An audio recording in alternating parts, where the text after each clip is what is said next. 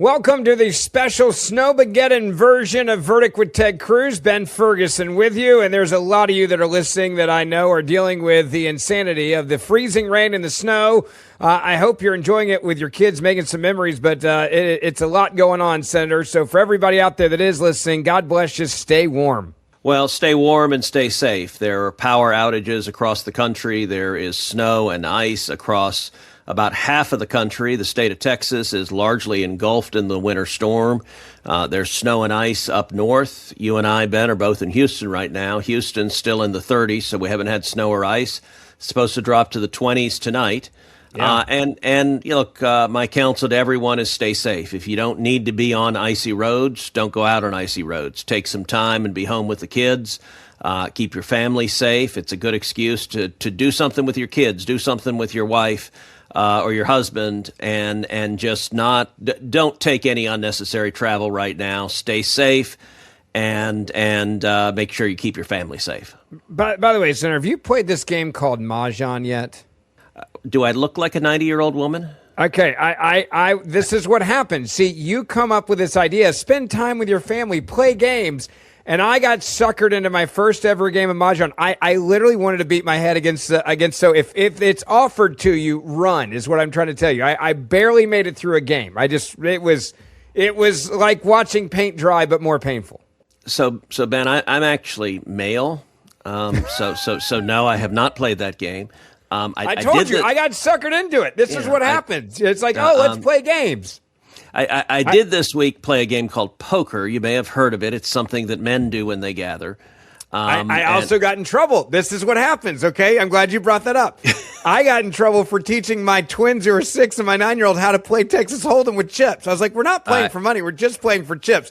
I got in trouble, therefore I got punished with Mahjong. So it's full circle. I'm glad that you figured that out there. Yeah, that's you're failing as a father. As I literally have a poker chip right here. Do you see this? There it is. Yeah. If you don't teach your boys to play poker, you are failing as a father. Thank you. Okay, I'm going to quote you on that one as my rebuttal later on. I'm not sure that will get you out of any trouble at all.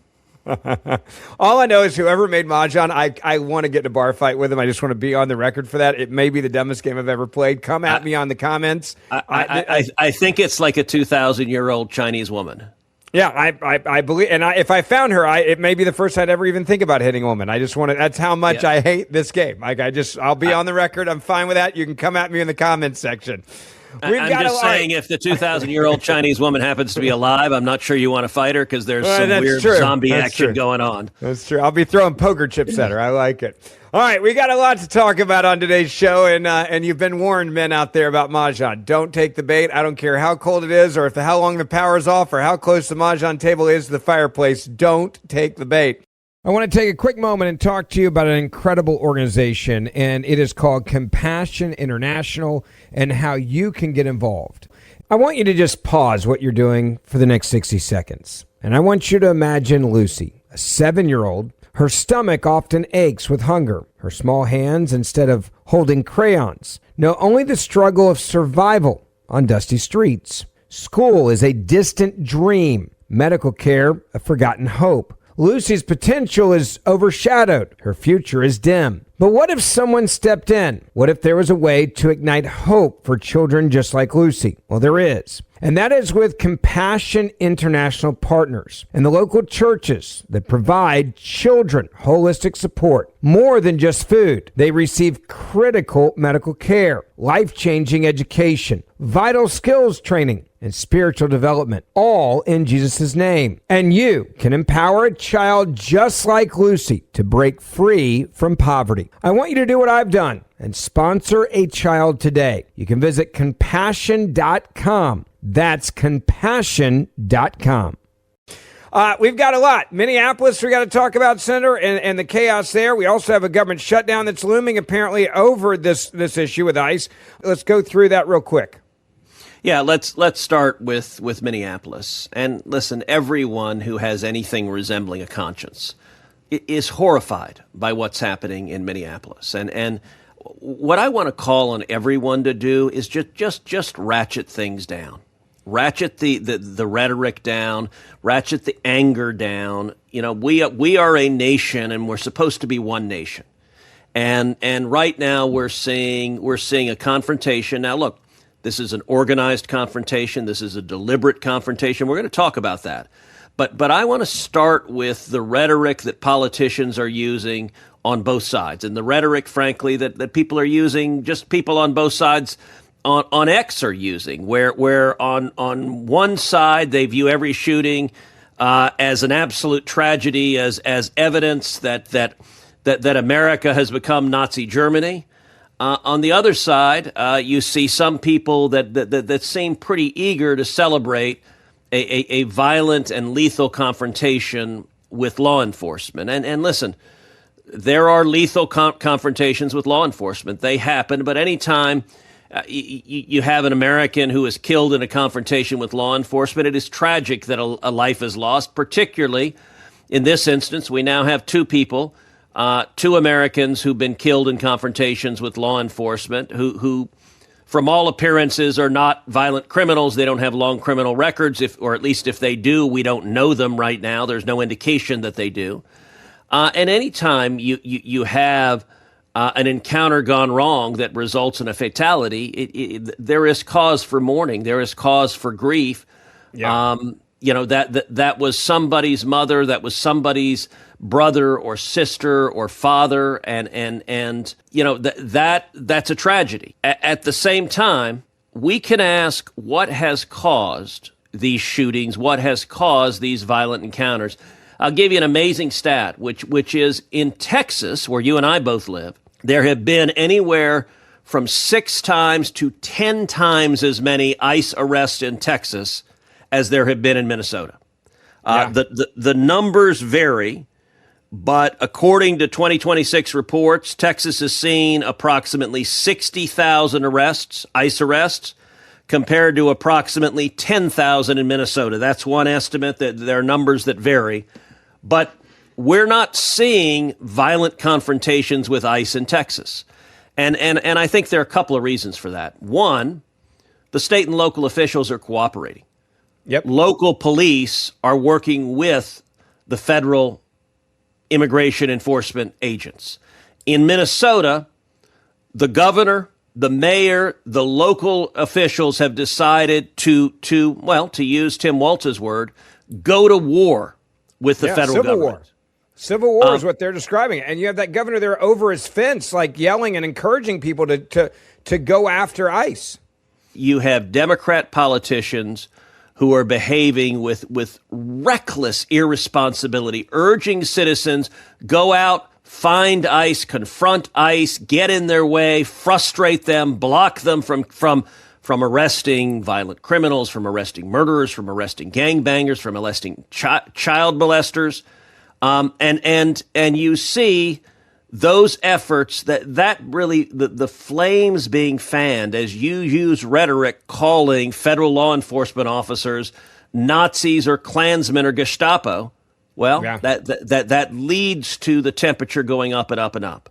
I'll say secondly, just a word of advice to anyone who is in an interaction with law enforcement.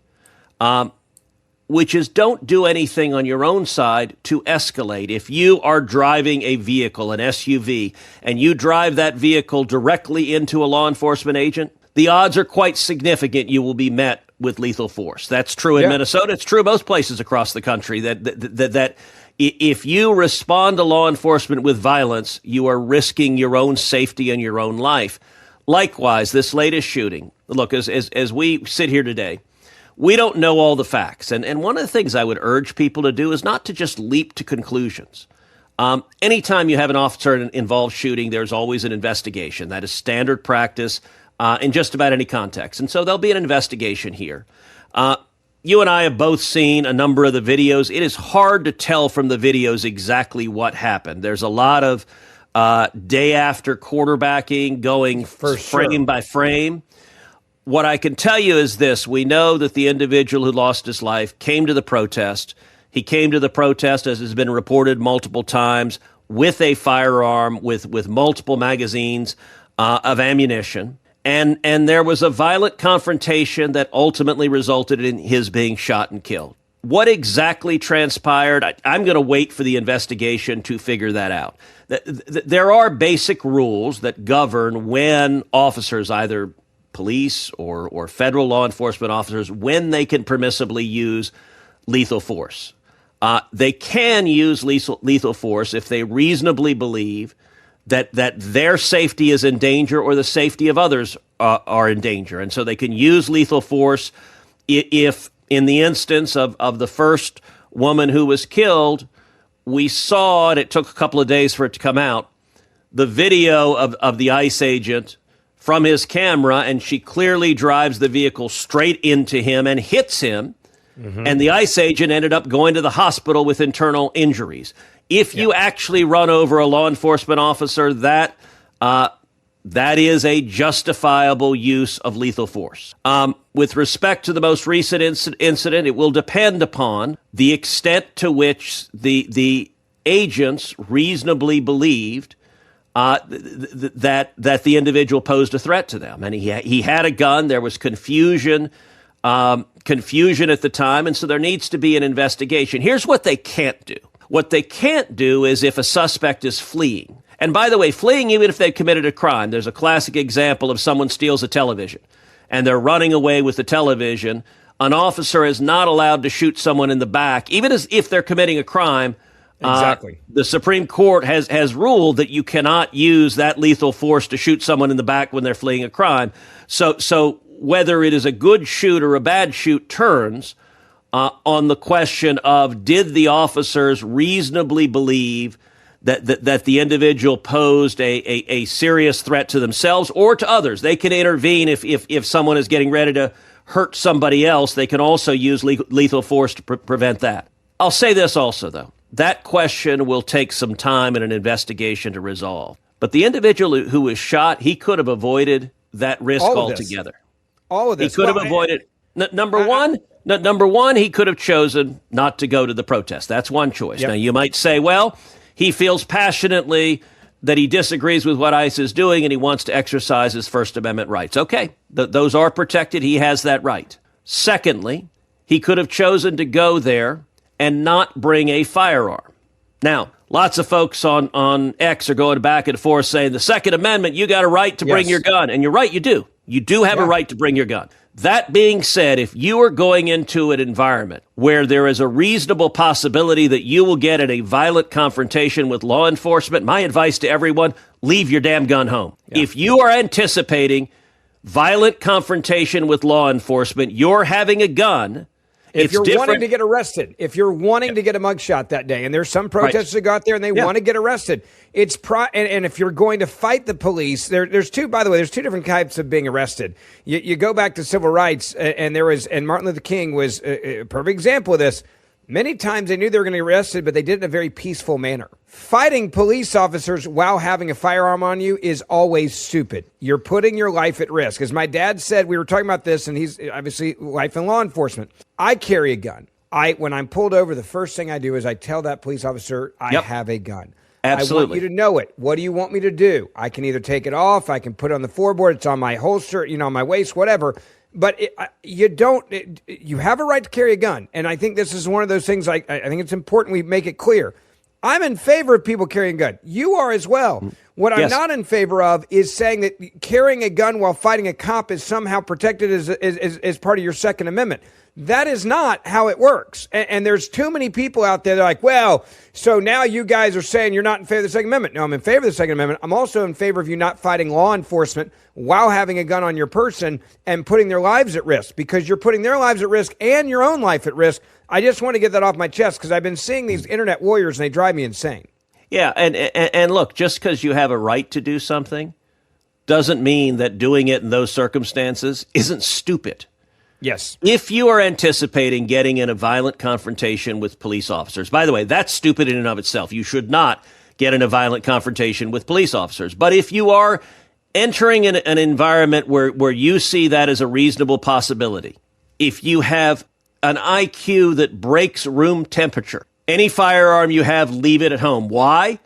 Because in a violent confrontation with law enforcement, if you have a firearm, the odds of that confrontation escalating rise dramatically. Look, Police officers don't know if you intend to use that firearm to commit harm, to harm others or to harm them. We are seeing, sadly, leftists targeting ICE agents for murder. And if you have that firearm and you're engaged in violence, the agent's perception of the physical threat to them is understandably much, much higher. Yep. Had that individual left his gun at home, he almost certainly would be alive today. And third, I'd say, don't engage in a violent confrontation with law enforcement. Don't, and listen, many of these... And by the way, I wish the Governor Waltz would also say the same thing you're saying right now. I wish the mayor would say the same thing as well, because they're out there basically saying they're not going to risk their lives. They're wanting people to hire people and encourage others to show up and basically go out there and risk their lives. They're going to stay in their mansions. They're going to stay back in their billion-dollar yachts writing these checks to these protesters and follow the money. But you've got a governor and a mayor there that are deliberately, I would say, putting their citizens' lives at risk and encouraging it. They're not pulling back. After we saw the last lady that was shot when she was running over an ICE agent with a 2-ton car, they've encouraged more of that, which I also think is very sick from them as an elected official. It is reckless and it is irresponsible. And they're doing it, I will say, from the political agenda of a leftist. Seeing more civilians killed in confrontations with ICE agents furthers their political agenda. They want ICE delegitimized. They want enforcing our federal immigration laws delegitimized. Why? Because they supported for 4 years open borders. They've decided they are a radical open borders party. And every single shooting you have, particularly with someone who is not a Trender or Agua gang member, an MS-13 gang member, someone who appears to be a mother of 3 or an ICU nurse, every shooting that happens, unfortunately, we're seeing Democrats in the media use to inflame the tensions, to divide us more, and to distract from the absolute scandal of $9 billion stolen by Somali fraudsters in Minnesota. This is the get out of jail free card, and we need to connect that dot for people so they understand. I truly believe that the Democratic Party as a whole, certainly the governor and the mayor, they need a distraction from the billions that were stolen and their connection and their donations that came to them from some of these people that are even in jail now. They need this to go away. I think every time there's a shooting there, they think, great, we're getting away from that scandal, and this is the new thing, so this is working out perfectly for us. That also is a part of this, the politics that people have to understand. I think that is absolutely right, particularly because I think many of those Democrat politicians are complicit and face their own liability for what is to date the most massive taxpayer fraud that has ever been discovered. There may be larger ones in states like California and New York, but Minnesota is right now the single largest in the history of America, and the Democrats really, really, really want everyone to forget that. Let me say something else.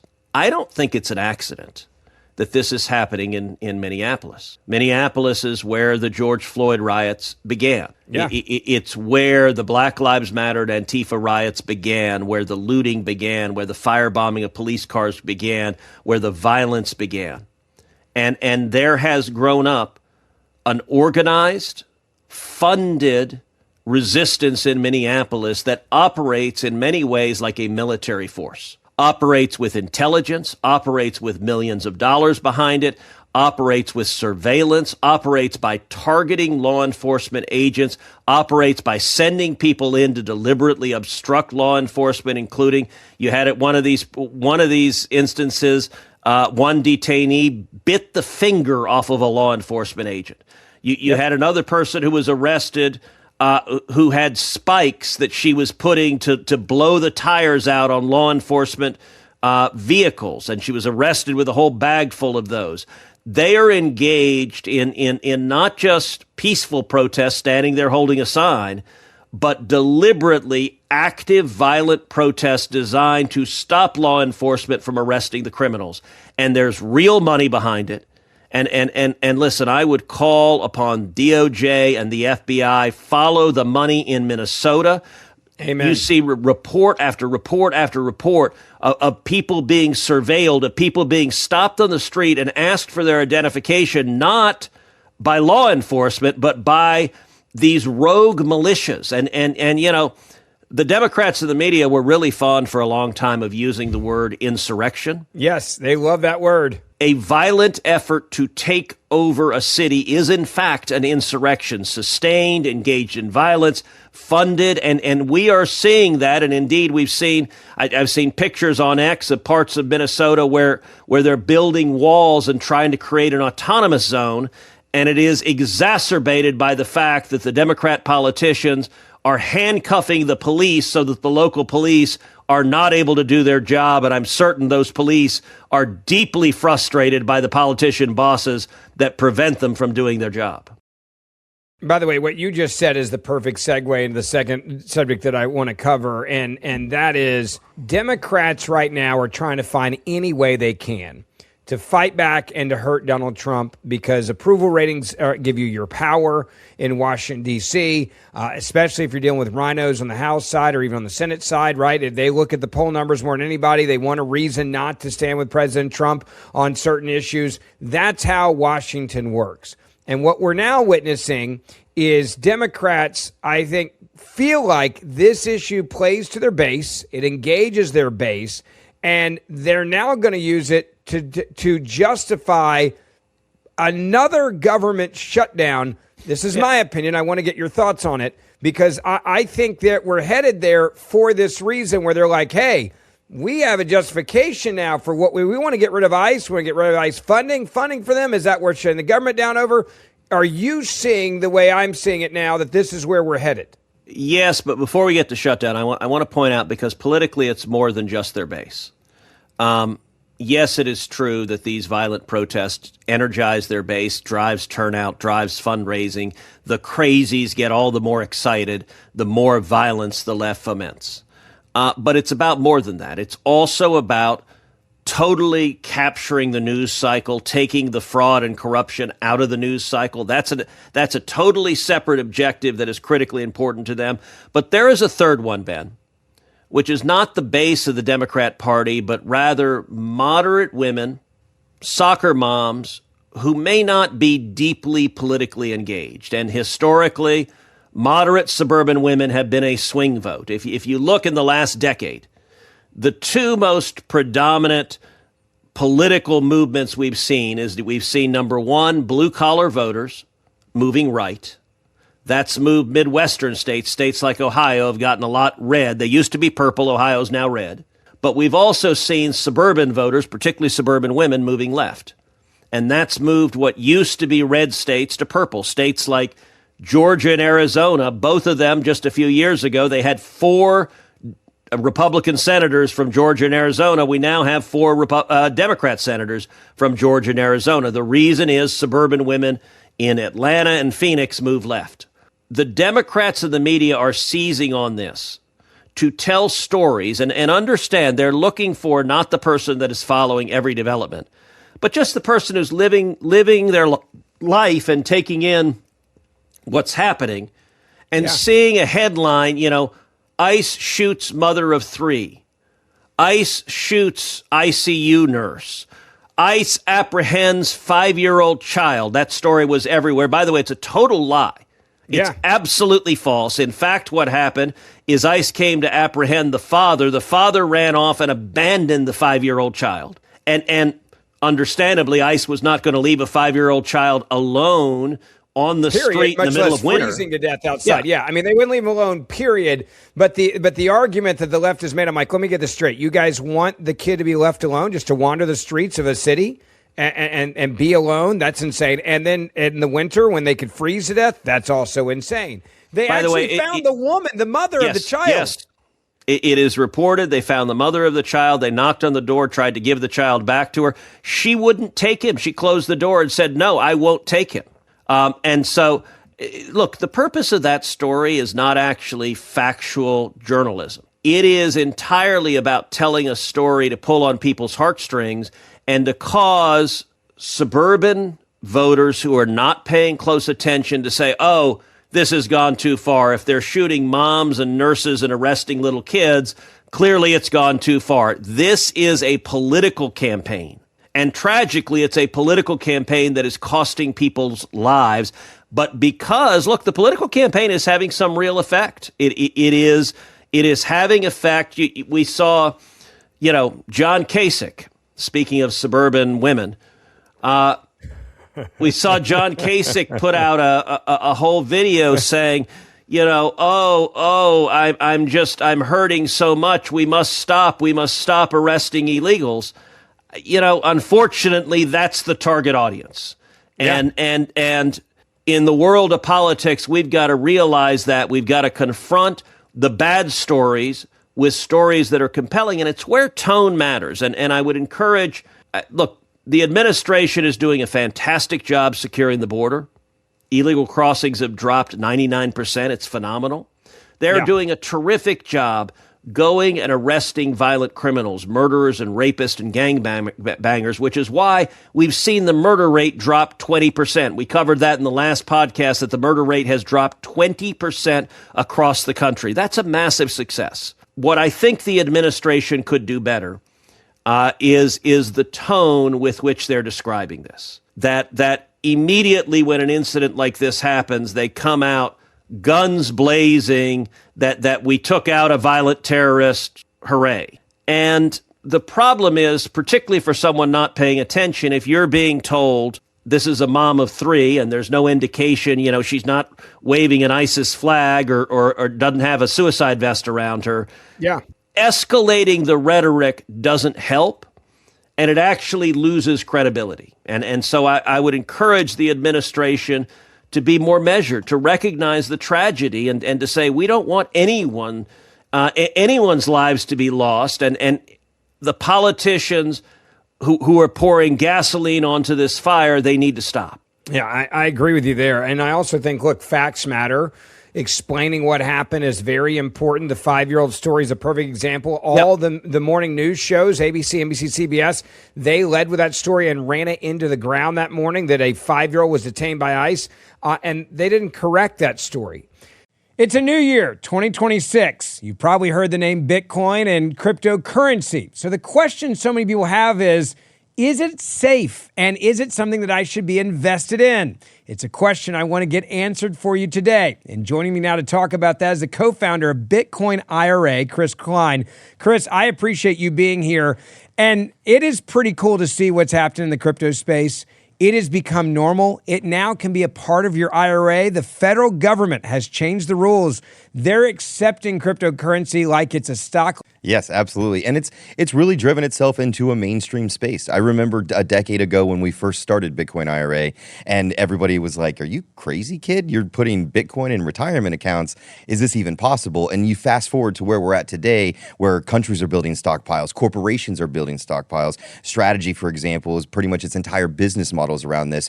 It's a piece of diversification that every major player in the space and economics is looking at, and so should too the individual sovereignty of the average American looking to put it inside of their retirement. You guys actually have a really cool stat that you told me about at dinner, and that is that your clients, 75% were born before 1976. So the idea that you maybe missed out on this, or if you're a little older, it's a young man's game in crypto, that is also just not true. That's definitely one of the myths I wanted to come debunk with you and your audience. Is this isn't our grandfather's economy, and grandfathers are buying Bitcoin and putting it inside of their retirement for long-term holdings, especially now that they're thinking about inheritance and handing some of these things down. But yeah, that was actually shocking to me. We discovered that in 2018. That 75% of them were older than my parents' generation. And what we found from surveying all of them was this is something that they think is new age, and that I think almost every American, especially older ones, has a genuine concern of watching what's happened to the U.S. dollar over the last 4 or 5 decades. And there's always been gold and silver as a potential hedge, land, real estate, these scarce assets. And Bitcoin, while it may seem, oh, that's digital and it's different, it's scarce. There's only 21 million assets of Bitcoin that will ever be mined. 19.5 million have been mined so far. And you and I actually won't live. Our kids will probably live to see the last one get mined. This is something, we're in a world of abundance. Since I was born in 1985, it's abundance. We just printed and printed and printed more. This is a moment in time where we may be able to revert back to scarcity. And there'll be a day where just saying, I have one Bitcoin will be life-changing. Chris, I hope a lot of people that are watching this, you guys will go and find out more. It is amazing what you can do in your retirement account now, just like your other investments, with Bitcoin cryptocurrency. Find out more right now at bitcoinira.com/Ben. That's bitcoinira.com/Ben. IRA.com/Ben and see what cryptocurrency can do for your portfolio. Not only is the Democratic Party looking for an opportunity, so is the media.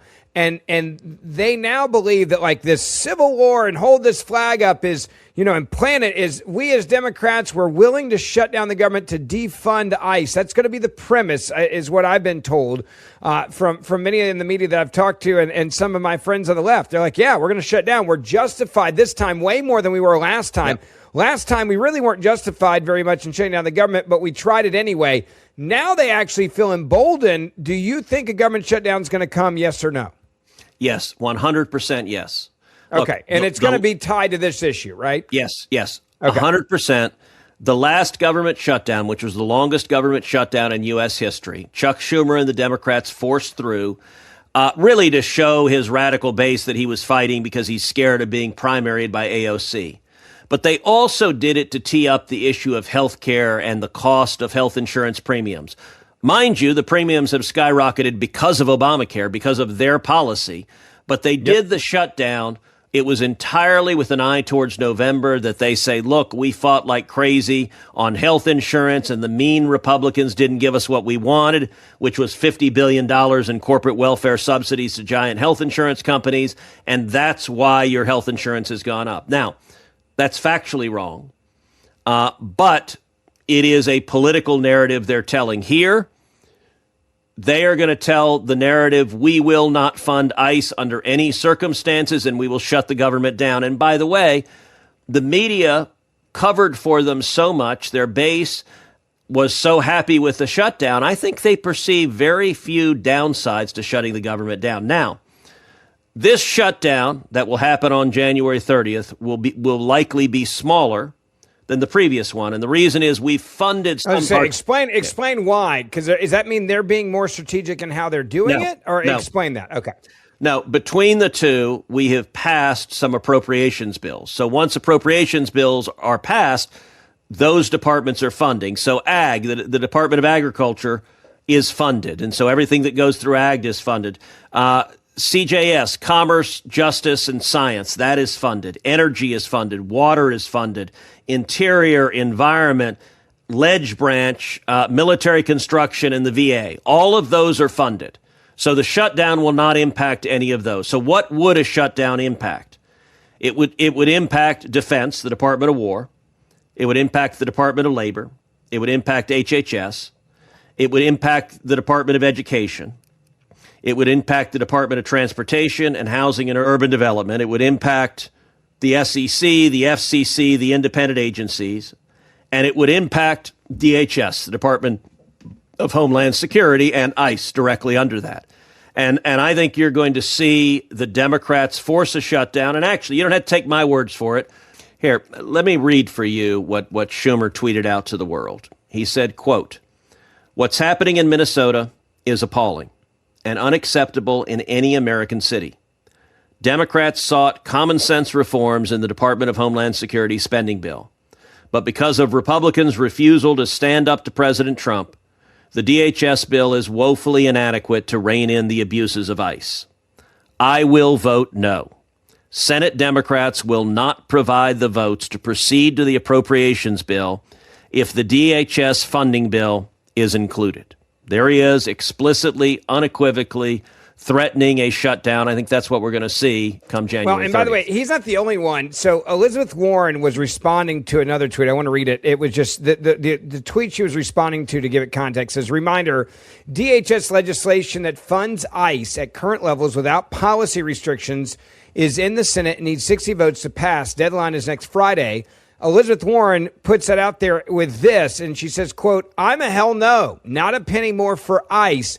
We should not fund this terror." So she's also jumping on board with this as well. And then there's other senators who've come out, and so this is why I say this isn't a one-off. This is clearly a coordinated attack is the best way I can describe it. Well, here's Chris Murphy on CNN. Give a listen. I want to ask about what your leader, Chuck Schumer, says. The Democrats are going to vote against a government funding package that is before the Senate soon, and it includes money for the Department of Homeland Security. How is that going to play out? Well, we can't vote to fund this lawless Department of Homeland Security. We can't fund this lawless Department of Homeland Security. Senator, that's pretty bold words, if you ask me, by a senator that clearly is like, hey, we're all on the same page. This is what we're doing now. Yeah, look, that's the position of every Democrat. And understand, this is the same position that is abolish ICE and abolish the police. They're saying they're going to refuse to fund the Department of Homeland Security, the department that is charged with keeping us safe, with securing our border, with protecting our families. And the Democrats are saying, we won't fund it. So what will happen?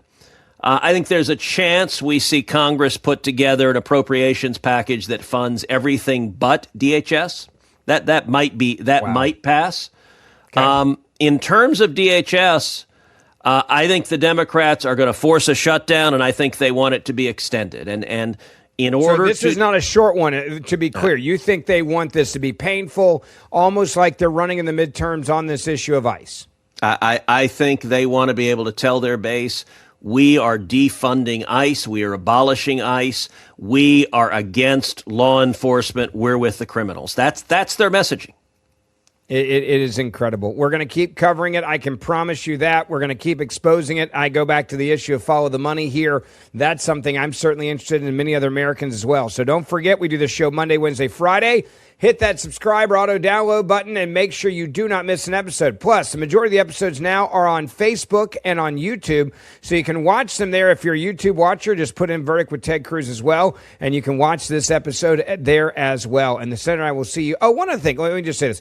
Make sure you share this podcast. When you guys put on social media, it reaches people that don't normally listen to it. So I mean this sincerely. Thank you. But people I see all the time in the airport, they're like, hey, what can I do to help? Share the show. Share the show so other people hear the info we're putting out there. It helps tremendously. It's a great way to get involved. So again, we'll see you back here in a couple of days.